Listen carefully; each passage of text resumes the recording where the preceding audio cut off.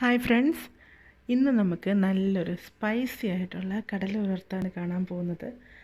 കടല ഉലർത്ത് ഈ ഒരു റെസിപ്പി എന്ന് പറയുമ്പോൾ ഇത് നമുക്ക് ഒരുപാട് ആഹാരത്തിൻ്റെ കൂടെ സൈഡ് ഡിഷായിട്ട് ഉപയോഗിക്കാൻ പറ്റും. പൊറോട്ടയ്ക്കൊക്കെ ബെസ്റ്റാണ്. സത്യം പറഞ്ഞാൽ ഈ ഒരു സ്പൈസി ഉലർത്ത് വളരെ ഈസിയാണ് ചെയ്യാൻ. ചെയ്ത് കഴിഞ്ഞാൽ നമ്മുടെ ഒരു നോൺ വെജ് കഴിക്കുന്ന ഒരു ഫീലൊക്കെ കിട്ടും കേട്ടോ.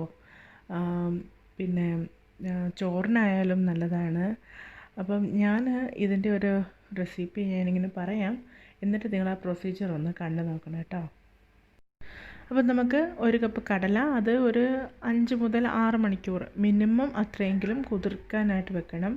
അതിനുശേഷം ആവശ്യത്തിനുള്ള ഉപ്പിട്ട് ഒരു 6 മുതൽ 7 വിസിൽ വരെ ആകാം.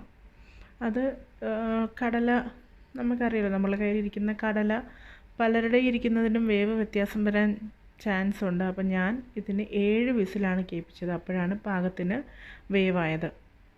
ഇനി ഇതിന് വേണ്ട ചേരുവകൾ എന്തൊക്കെയാണെന്ന് നോക്കാം. നമുക്ക് വേണ്ടത് 2 സവോള. ഞാൻ എടുത്തത് ഒരു വലിയ സവോളയും ഒരു ഇടത്തരം സവോളയും, അങ്ങനെയാണ് ഞാൻ എടുത്തത്.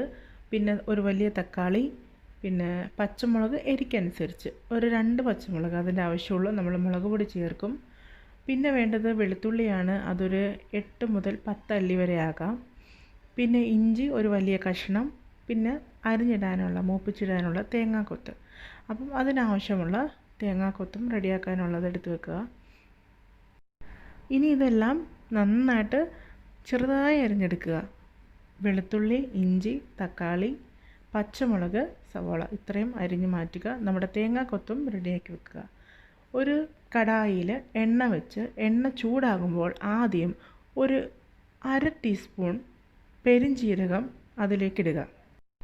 അതൊന്ന് ചൂടായി വരുമ്പോഴേക്കും നമ്മൾ ഇട്ട് വെച്ചിരുന്ന തേങ്ങാക്കൊത്ത്, അരിഞ്ഞ് വെച്ചിരുന്ന തേങ്ങാക്കൊത്ത് കൂടി ഇതിലേക്ക് ചേർത്ത് നന്നായിട്ടൊന്ന് റോസ്റ്റ് ചെയ്തിട്ട്, കരിയരുത്, ലോ ഫ്ലെയിമിൽ വേണം വെക്കാനായിട്ട്. ഇത് രണ്ടും കൂടെ റോസ്റ്റ് ചെയ്ത് ഒന്ന് മാറ്റി വെക്കുക. എന്നിട്ട് ഇതേ എണ്ണയിലേക്ക് ആവശ്യത്തിന് കടുക് ഇട്ട് പൊട്ടിയതിന് ശേഷം അതിനകത്ത് അരിഞ്ഞു വെച്ച ഇഞ്ചി, വെളുത്തുള്ളി ഇവയിട്ട് വഴട്ടുക. അതൊന്ന് പച്ചമണമൊക്കെ ഒന്ന് മാറി ഒന്ന് വഴന്ന് വരുമ്പോഴേക്കും നമ്മൾ അരിഞ്ഞു വച്ചിരിക്കുന്ന സവോള, പച്ചമുളക് ഇവയിട്ട് നന്നായിട്ട് വഴട്ടുക. നല്ലൊരു ഗോൾഡൻ യെല്ലോ അല്ലെങ്കിൽ ഒരു ഡാർക്ക് ബ്രൗൺ കളറൊക്കെ ആവുന്നതിന് വരെ തന്നെ വഴറ്റണം. കാര്യം നമ്മൾ ചെയ്യുന്നത് ഉലർത്താണ്. ഉലർത്തിയെന്ന് പറയുമ്പം അതിൽ ഉള്ളിയൊന്നും അത് വഴലാതെ ഒരു ഹാഫ് ഫ്രൈ ആയിട്ട് കിടന്നാൽ പോരാ, ഇച്ചിരി നന്നായിട്ട് തന്നെ വഴന്ന് തന്നെ വരണം, എന്നാലേ ആ ഒരു ടേസ്റ്റും വരുള്ളൂ. പിന്നെ നിങ്ങൾക്ക് എല്ലാവർക്കും അറിയാവുന്നതാണ്, നമ്മൾ ഉള്ളി വഴറ്റാൻ നേരം സ്വല്പം ഉപ്പിട്ട് കൊടുക്കുകയാണെന്നുണ്ടെങ്കിൽ പെട്ടെന്ന് തന്നെ അതൊന്ന് മൂത്ത് കിട്ടും. അപ്പം അതേ രീതി തന്നെ ഞാനിവിടെ ചെയ്തിരിക്കുന്നത്. അതിൽ ഉപ്പിട്ട ശേഷമാണ് വഴറ്റിയെടുത്തത്. അതിനുശേഷം നന്നായിട്ട് മൂത്ത് വരുമ്പോഴേക്കും തക്കാളി ആഡ് ചെയ്ത് കൊടുക്കുക. തക്കാളി ഇട്ടങ്ങ് ഒരുപാട് വഴറ്റേണ്ട ആവശ്യമൊന്നുമില്ല, ചെറുതായിട്ടൊന്ന് വഴറ്റുക. അതിനുശേഷം പിരിയൻ മുളക് പൊടിയാണ് ഞാൻ ഇതിലേക്ക് ചേർക്കുന്നത്. 2 ടീസ്പൂൺ പിരിയൻ മുളക് പൊടി, 3 ടീസ്പൂൺ മല്ലിപ്പൊടി, 1/2 ടീസ്പൂൺ മഞ്ഞൾപ്പൊടി, ഇത്രയുമാണ് ഞാൻ ഇതിലേക്ക് ചേർത്ത് വഴറ്റി ആ ഒരു പച്ച മണമെല്ലാം മാറി വരുമ്പം ഒരു 1/2 ടീസ്പൂൺ നമ്മുടെ ഗരം മസാല പൊടിച്ചതും കൂടെ ഇട്ട് കൊടുക്കുക. ഓക്കെ, ഇതിലേക്ക് നമ്മൾ നമ്മുടെ കടല ആ വെള്ളത്തോടുകൂടി, സ്റ്റോക്ക് ഉണ്ടല്ലോ കടല വേവിച്ച്, അതോടുകൂടി ചേർത്ത് നന്നായിട്ട് ഇളക്കുക. അപ്പോൾ വെള്ളം പോലെയൊക്കെ തോന്നും, ഡോൺ വറി, അത് നന്നായിട്ട് ഇളക്കുക. ഇളക്കി ഒരു 5 മിനിറ്റ് ഈ ഒരു മണം എല്ലാത്തിലും ഒന്ന് പിടിക്കാനായിട്ടൊന്ന് അടച്ചു വെക്കുക. ഓക്കെ, എന്നിട്ട് തുറന്ന ശേഷം നമുക്ക് കടല ഇട്ട് കഴിഞ്ഞ് വേണമെങ്കിലും മസാലപ്പൊടി ചേർക്കാം കേട്ടോ, ആ ഒരു സ്റ്റേജിൽ. എന്നിട്ട് ഇത് നന്നായിട്ട് ഹൈ ഫ്ലെയിമിലിട്ട് ഇങ്ങനെ വരട്ടിയെടുക്കുക. അപ്പോഴത്തേക്കും വെള്ളമൊക്കെ നന്നായിട്ട് അബ്സോർബ് ആയിക്കോളും.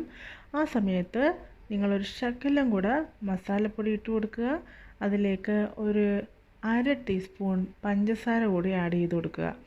ആ ഒരു പുളി, എരി, ഉപ്പ് ഇതെല്ലാം ഒന്ന് ക്രമീകരിക്കാനായിട്ടാണ് നമ്മളിത് ചെയ്യുന്നത്. അപ്പം ഗരം മസാല കുറച്ചും കൂടെ വേണം എന്നുള്ളവർക്ക് ആ സമയത്ത് ഗരം മസാല കൂടി സ്വല്പം ആഡ് ചെയ്ത് കൊടുക്കാം. എന്നിട്ട് നമ്മുടെ മൂപ്പിച്ച് വെച്ചേക്കുന്ന തേങ്ങാക്കൊത്തും പെരിഞ്ജീരകം ഇടാൻ മറക്കരുത്, അതും ഇതിനകത്ത് ഇട്ടിട്ട് നന്നായിട്ട് വരട്ടിയെടുക്കുക. ഇത്രയുള്ളൂ നമ്മുടെ കടല ഉലർത്ത്. നിങ്ങൾ ഇനി അത് ആ പ്രൊസീജിയർ ഒന്ന് കണ്ടു നോക്കൂ. Thank you so much.